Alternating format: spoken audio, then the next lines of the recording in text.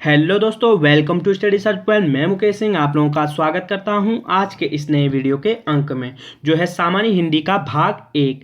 और सामान्य हिंदी के अंतर्गत हमने जो है भाग 1 के अंतर्गत 15 क्वेश्चन लेके आए हैं, जो कि Uttarakhand UK triple SC, UTET, CTET, UP triple SC की विभिन्न परीक्षाओं के लिए उपयोगी है। साथ ही उत्तराखंड यूके ट्रिपल एससी द्वारा विभिन्न एग्जामों में 20 नंबर की हिंदी पूछी जाती है, और यूपी ट्रिपल एससी द्वारा जो है विभिन्न एग्जामों में 40 नंबर की हिंदी पूछी जाती है, जिस कारण यह सीरीज महत्वपूर्ण बन जाती है।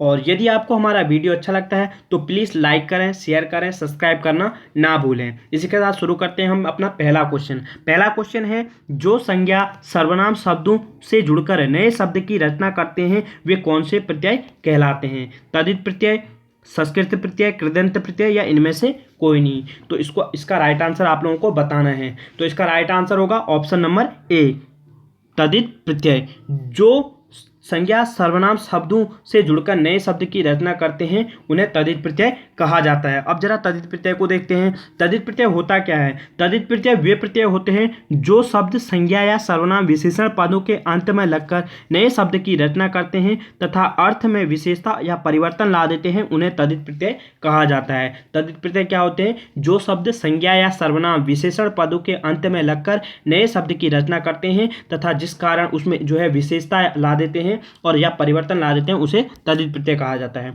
जैसे संज्ञा शब्द है, संज्ञा शब्द में टोपी प्लस वाला।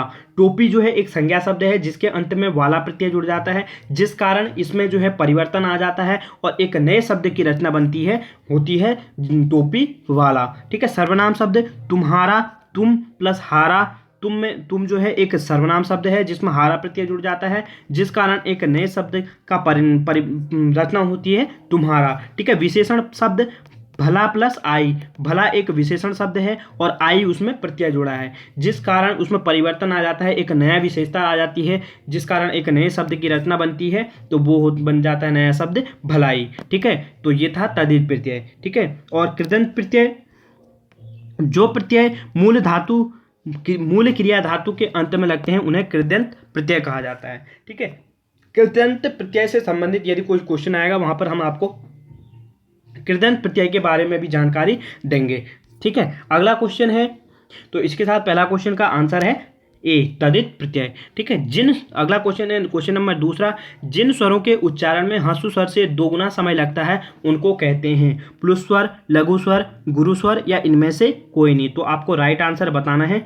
इसका राइट आंसर होगा ऑप्शन नंबर सी, गुरु स्वर। देखो, जिन स्वरों के उच्चारण में ह्रस्व स्वर से दोगुना समय लगता है उन्हें दीर्घ स्वर कहा जाता है, और दीर्घ स्वर को ही लघु स्वर भी कहा जाता है। ठीक है। जरा देख लेते हैं गुरु।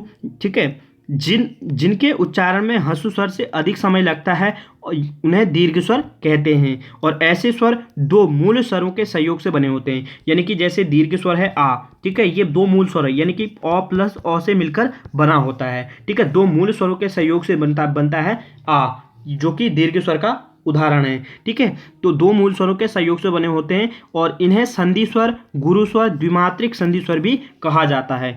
ठीक है। दीर्घ स्वर को ही संधि स्वर, गुरु और द्विमात्रिक संधि स्वर भी कहा जाता है। ठीक है। और इनकी संख्या जो होती है 7 होती है। आ, बड़ी ई, बड़ा ऊ, ए, ऐ, ओ, औ। ठीक है। दीर्घ स्वरों की संख्या कितनी होती है? 7। तो इसी के साथ दूसरे क्वेश्चन का आंसर होगा ऑप्शन नंबर सी, गुरु स्वर। ठीक है। क्वेश्चन नंबर 3, निम्न में से कौन सा शब्द पुल्लिंग है? तो इसका राइट आंसर आपको बताना है वर्षा, रात, विदुर, दीपक में से। तो इसका राइट आंसर होगा ऑप्शन नंबर सी, विदुर। देखो, वर्षा होती है, वर्षा होता है नहीं होता है, जबकि वर्षा होती है यानी कि स्त्रीलिंग है। रात होती है, रात होता है, होती है स्त्रीलिंग हो गया। विदुर किसे कहा जाता है? जिसकी पत्नी मर गई होती है उसे विदुर कहा जाता है। जिस व्यक्ति की पत्नी मर जाती है उसे विदुर कहा जाता है, यानी कि विदुर जो है एक पुल्लिंग शब्द है। ठीक है। तो इसका राइट आंसर होगा option number C. Question number 4, Hindi का प्रथम समाचार पत्र 1826 में कहाँ से प्रकाशित हुआ था? ठीक है। मद्रास, कलकत्ता, मुंबई या दिल्ली? तो आपको राइट आंसर बताना है।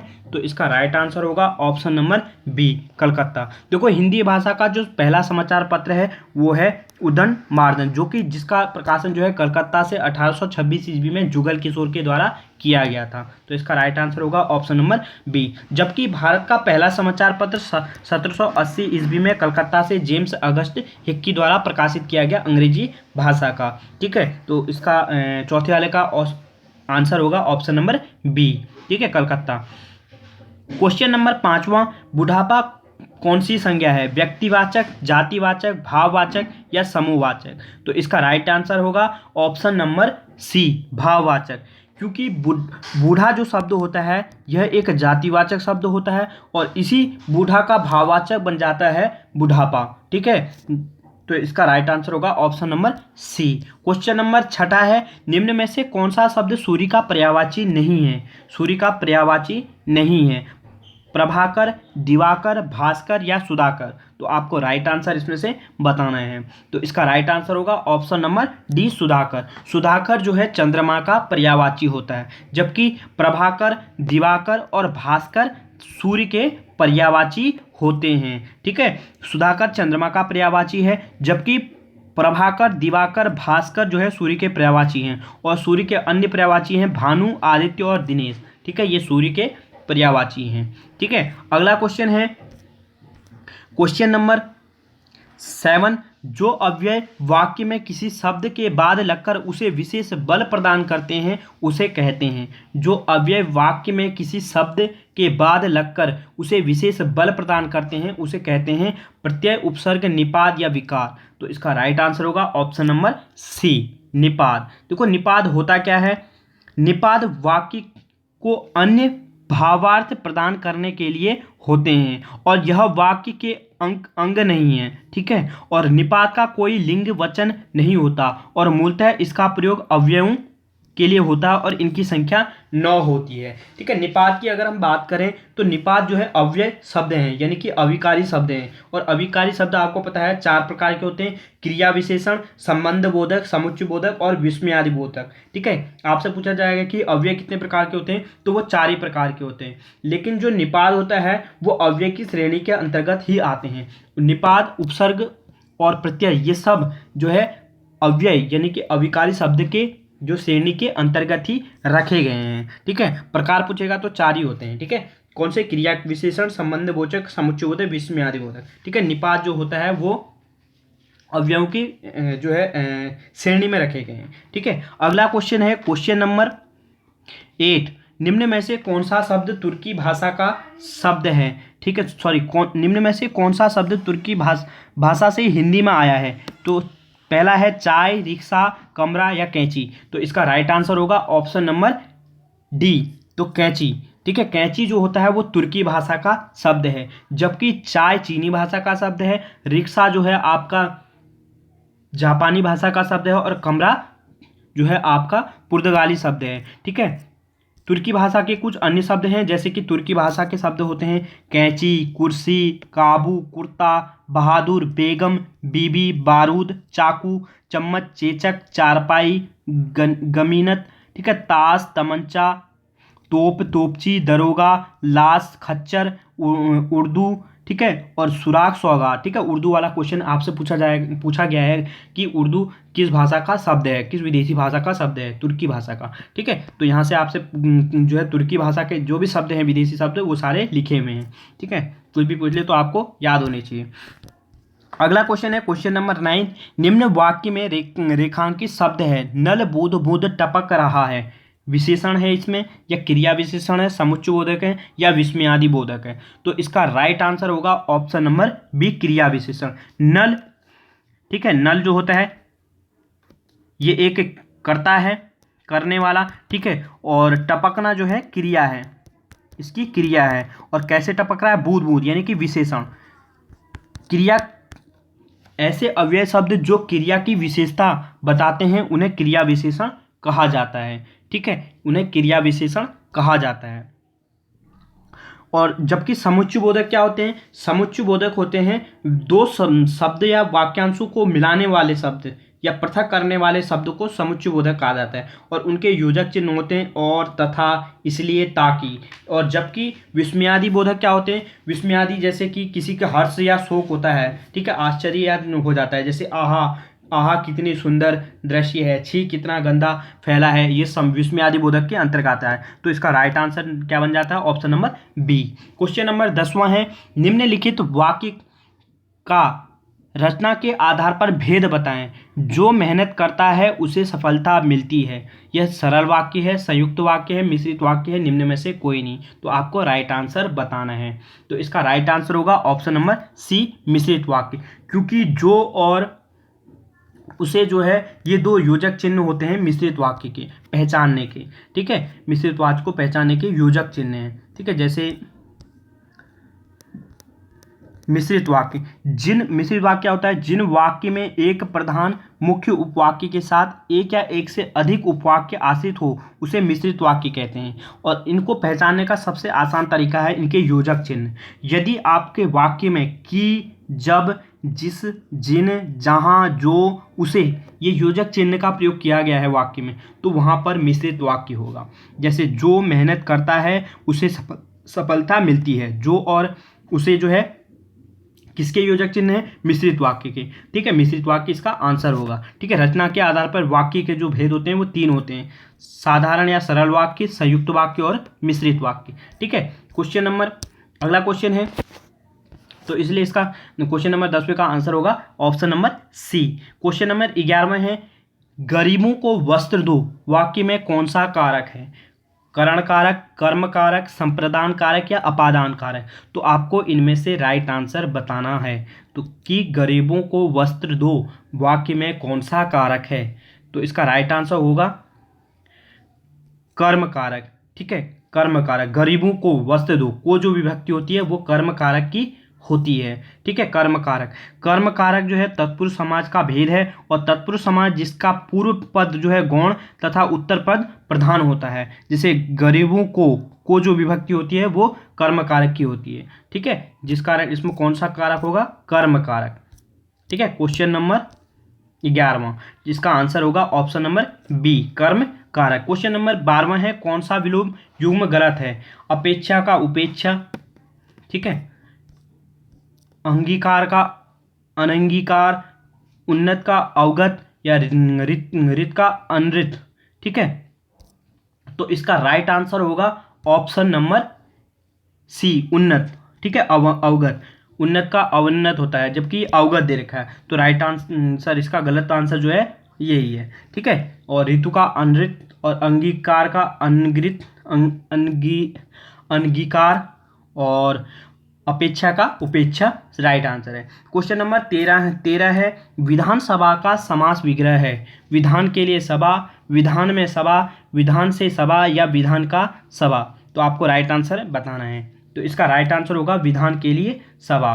ठीक है, और यह तत्पुरुष समास का पार्ट है, और तत्पुरुष समास का जो है आपका संप्रदान, ठीक है, के लिए भी उसके विभक्ति होती है। संप्रदान में के लिए विभक्ति का प्रयोग किया जाता है। संप्रदान तत्पुरुष समास का संप्रदान। ठीक है, अगला है क्वेश्चन नंबर 14वां, निम्न में से किसमें अध का उपसर्ग नहीं है? अध्यापक, अधजला, अधपका या अधमरा?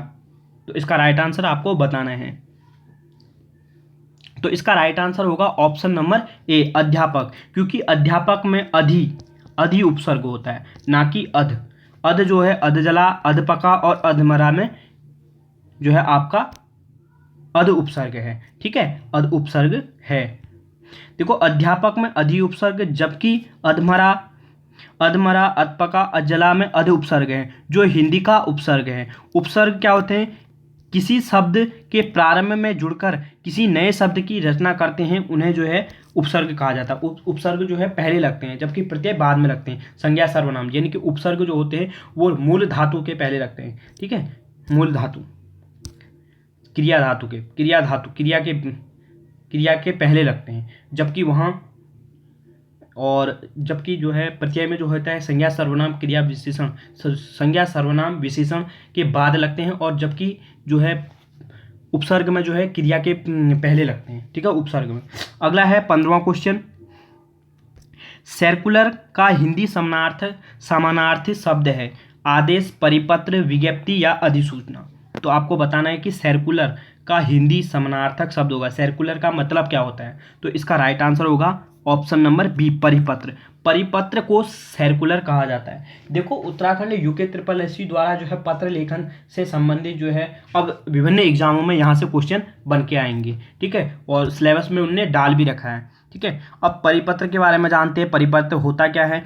परिपत्र को ही सर्कुलर कहा जाता है जो जब कोई एक सूचना या निर्देश या अनुदेश सभी संबंधित व्यक्तियों या कार्यालयों को एक साथ अवगत कराया जाता है उसे परिपत्र कहा जाता है। परिपत्र क्या होते हैं, जहां पर किसी सूचना को या किसी निर्देश को या किसी के अनुदेश को जो है सभी व्यक्तियों को एक साथ सभी व्यक्तियों या कार्यालयों को एक साथ अवगत कराया जाता है उसे परिपत्र कहा जाता है। इसकी जैसे, और यह जो परिपत्र होता है एक सरकारी पत्राचार का प्रकार होता है और परिपत्र की दिशा सदैव वरिष्ठ से कनिष्ठ कार्यालय की ओर होती है, यानी कि वरिष्ठ के द्वारा कनिष्ठ कार्यालय अपने अधीनस्थ कार्यालयों के अंतर्गत भेजा जाता है।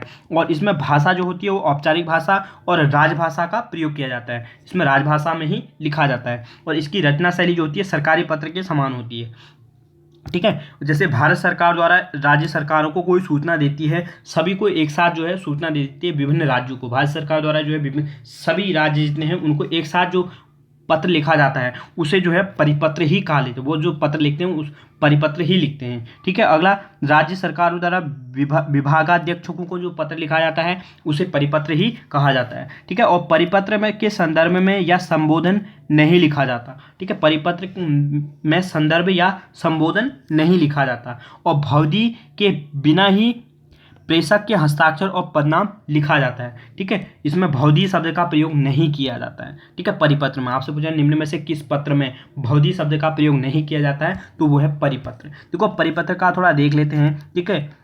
इसका प्रारूप कैसा होता है, देखो परिपत्र का प्रारूप, परिपत्र में सबसे ऊपर जो है कार्यालय का नाम और स्थान लिखा जाता है और उसके बाद जो है बाईं ओर आपका पत्र क्रमांक लिखा जाता है और जबकि दाईं ओर जो है दिनांक लिखी जाती है ऊपर, ठीक है। ऊपर दाईं ओर दिनांक लिखी जाती है और ऊपर ही जो है बाईं ओर पहले जो है पत्र क्रमांक लिखा जाता है और उसके बाद प्रति लिखी जाती है, ठीक है। फिर समस्त जिलाधिकारी या जिसको लिखा जाता है फिर उसका विषय वस्तु लिखी जाती है, उसके बाद जो उसका आलेख होता है वो लिखा जाता है और लास्ट में बाईं ओर प्रेषित प्रतिलिपि दी जाती है, जिनको भेजी जाती है समस्त विभाग उनको लिखी जाती है और लास्ट में जो है दाएं ओर हस्ताक्षर होता है। यहाँ पर भवदी शब्द का प्रयोग नहीं किया जाता है, जबकि कार्यालय पत्र जो होता है वहाँ पर भवदी शब्द का प्रयोग किया जाता है, ठीक है। तो ये है परिपत्र। अगला है क्वेश्चन नंबर 16। कार्यालय पत्र में सबसे ऊपर लिखा जाता है दिनांक, पत्र क्रमांक या प्रेषित का संबोधन या कार्यालय का स्थान। तो इसका राइट आंसर आपको बताना है, तो इसका राइट आंसर होगा ऑप्शन नंबर डी, कार्यालय का स्थान, ठीक है। जो कार्यालय पत्र होते हैं, ठीक है, कार्यालय का स्थान।